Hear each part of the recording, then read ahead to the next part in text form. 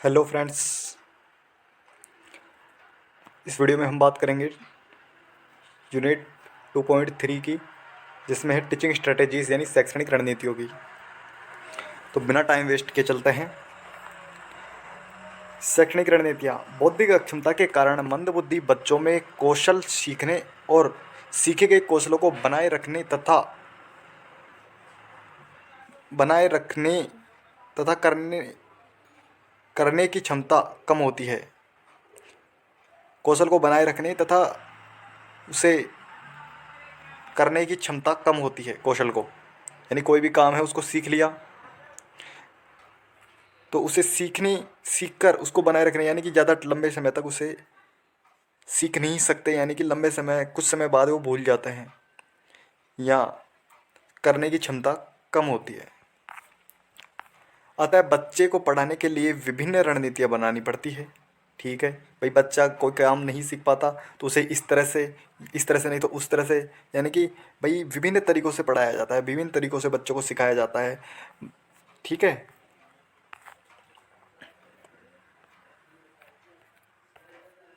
Task analyse task analyse का मतलब होता है कार्य विश्लेषण।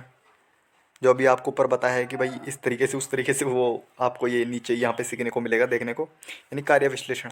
तो कार्य विश्लेषण का मतलब होता है भाई कार्य को छोटे छोटे खंडों में बांटना, यानी किसी भी कौशल को छोटे छोटे खंडों में बांटना और फिर उन्हें क्रमबद्ध करके बच्चे को सिखाना। यानी कि कोई भी काम है उसे छोटे छोटे खंडों में बांट लिया। मान लो कि भाई बच्चे को लिखना सिखा रहे हैं तो सबसे पहले बच्चों को पेंसिल पकड़ना सिखाएंगे, फिर ट्रेसिंग, लाइनिंग, इस तरह से स्टेप बाय स्टेप काट करके फिर उन्हें क्रम वाइज लगा देंगे। भाई इसके बाद में ये एक्टिविटी, इसके बाद में ये एक्टिविटी। यही टास्क एनालाइज कहलाता है। और टास्क एनालाइज मेथड है, विधि। तो इसमें क्या होता है, इसमें 4 विधियां हैं, जिसमें है पहली है वाच मास्टर। वाच मास्टर का मतलब होता है भाई कि मास्टर देखेगा, बच्चा जो एक्टिविटी करेगा टीचर देखेगा। ठीक है।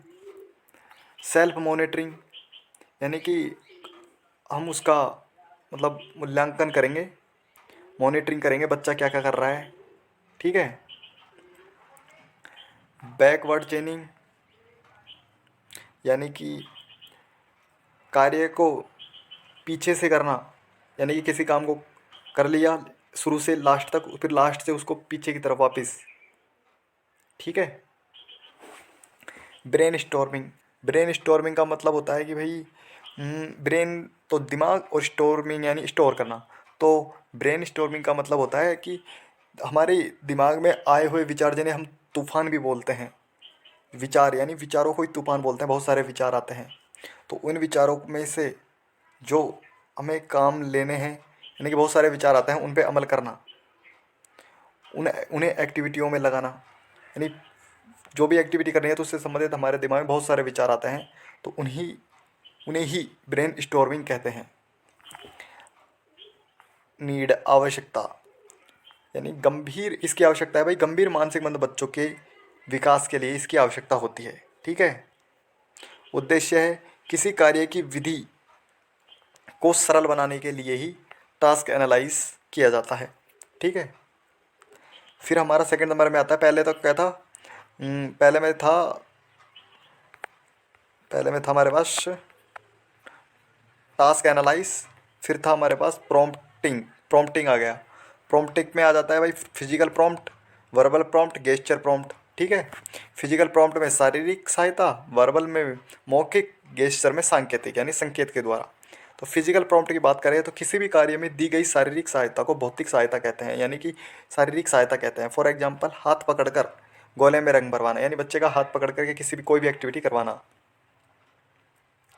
फिर आ जाता है वर्बल प्रॉम्प्ट। वर्बल प्रॉम्प्ट में क्या होता है कि भाई किसी भी कार्य को बोलकर सहायता दी जाती है। भाई ये बच्चा, भाई ऐसे करो ऐसे करो, लेकिन हम उसको शारीरिक यहाँ सहायता नहीं देंगे, इसमें केवल वर्बल बोल कर ही बताएंगे।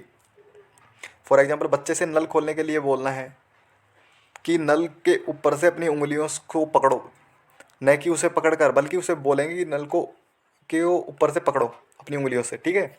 और बाईं तरफ घुमाओ। इस प्रकार से हम वर्बल यानी मौखिक सहायता देंगे। गेस्चर प्रॉम्प्ट का मतलब होता है भाई शारीरिक सहायता, यानी कि बच्चे से कहेंगे कि भाई सर्कल बनाओ इस प्रकार से, तो ये हो गया गेस्चर प्रॉम्प्ट। ठीक है।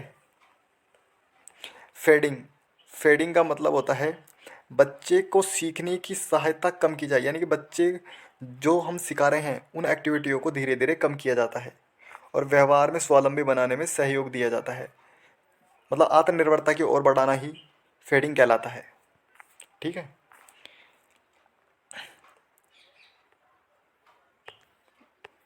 फिर आ जाता है हमारा शेपिंग। शेपिंग का मतलब होता है एक आकार देना, शेप देना।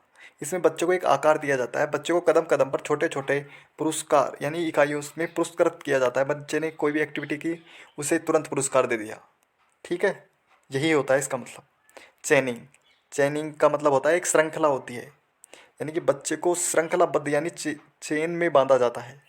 ठीक है, क्रम वाइज। ये दो प्रकार की होती है, फॉरवर्ड चेनिंग और बैकवर्ड चेनिंग। फॉरवर्ड चेनिंग का मतलब होता है भाई पहले स्टेप से लास्ट स्टेप की तरफ सिखाना। फॉर एग्जाम्पल इसमें भी दे भी रखा है कि भाई मोजे को पहनने में यूज स्टेप, यानी कि मोजे को पहले पहनेंगे नीचे से पकड़ के ऊपर की साइड, ये स्टेप हो गई। यानी कि गेट को खोलेंगे तो गेट को लास्ट तक खोलेंगे, ये स्टेप फॉरवर्डिंग हो गई। बैकवर्ड चेनिंग का मतलब होता है लास्ट स्टेप से पहली स्टेप की तरफ सिखाना। फॉर एग्जाम्पल मोजे खोलने में फॉरवर्डिंग में फर्स्ट स्टेप यानी पहनने से खोलने से, पहनने से ऊपर तक पहनना, और इसको खोलने में स्टेप जो यूज होती है यानी कि गेट को वापस खोलना बंद करना, यही स्टेप हो गई। एग्जाम्पल से आप आसानी से समझ सकते हो। अनुकरण सिखाना, अनुकरण का मतलब होता है भाई शिक्षक बताएगा कि व्यवहार विशेष कैसे किया जाता है, यानी कि बच्चा जो भी एक्टिविटी करेगा उसके बारे में शिक्षक बताएगा, उसके अनुसार ही बच्चा उसका अनुकरण करेगा, यानी जैसा शिक्षक कर रहा है वैसा करेगा। तो ये थी आज की हमारी वीडियो जिसमें हमने पढ़ा है टीचिंग स्ट्रेटेजीज के बारे में। अगली वीडियो में हम पढ़ेंगे टीचिंग अप्रोचेस के बारे में।